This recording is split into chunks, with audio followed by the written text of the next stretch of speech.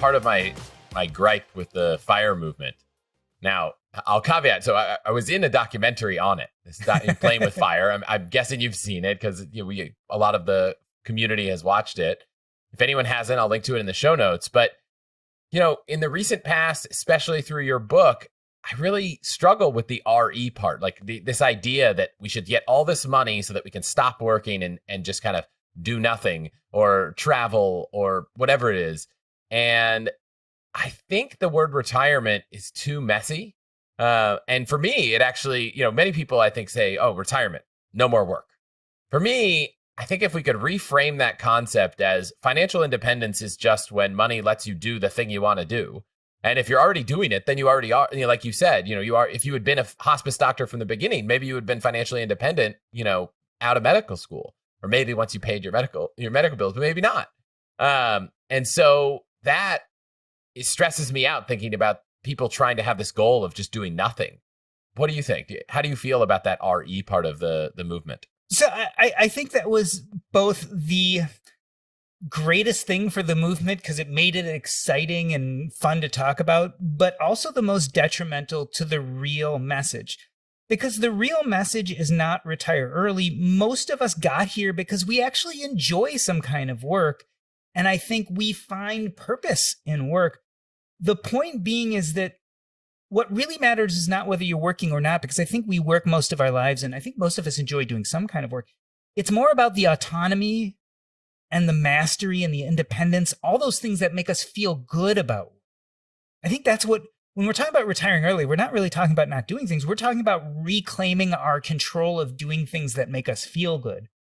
Those things may actually create money. Often they do, or create some kind of content or product, right? We build something, we make something, we write something. This is all very important to our sense of identity and our sense of waking up in the morning and feeling like we have something productive and exciting to do. But what we're really looking for is control and independence. And so it's really, you get to financial independence and then you have control of what type of work you do, when you do it, and what the end goal of that work is. And that's something that most people feel is lacking in traditional employment today.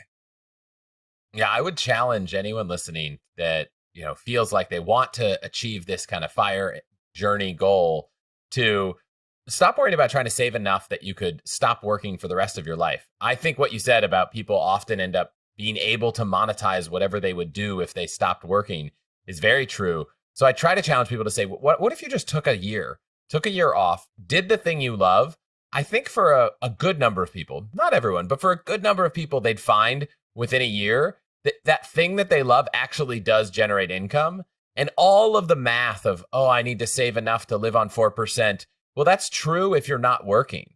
But that goal of maybe, if you're on the coast, maybe you think you need $10 million. But if you take a year off, find out that the thing you love doing makes more than $0. Well, then the amount you actually need to do that full time could be half of what you need. It could be nothing because it makes enough money to sustain your lifestyle. So I think that far too often we assume that in retirement we make no money, when in reality, if your retirement is just doing something you would do for free, many of us can get paid to do that thing also, and it changes the entire equation. When I have these conversations, I want to be really clear about this, because people look at my story and even probably your story, a lot of our stories, and people say, well, duh, it's really easy to say that when you have money, right? You have space, you've made money, you have savings, you have investments. It's really easy for you to say these things, but I'm a 22-year-old out of college. I have just enough money to cover my rent. I'm barely putting food on the table. It might be easy for you, but for me, I don't have time to do all this stuff. And this is the conversation I really want to have, right? Because again, it's easy for us in our 40s and our 50s when we have some savings to start talking about meaning and purpose and side hustling and monetizing things so that we can stop doing what we don't like. But, the 20-year-olds, the people who are struggling to put money on the table are looking at us and saying, yeah, that's a real privileged, version of life that we don't have. But I want to start thinking about those people too, because I think it's really important.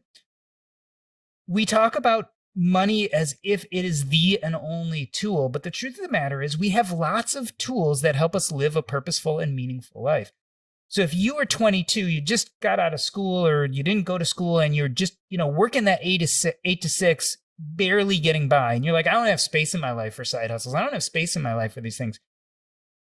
I would like to look at those people and say, well, money is one tool, but again, you have other tools. You've got your energy, you've got your youth, you've got your communities, you've got your skills. So maybe you work your 8 to 6 Monday through Friday, and then on Saturday night for 3 hours, pick something you're really passionate about and start a side hustle, right? 3 hours on a Saturday. Let's see what happens with this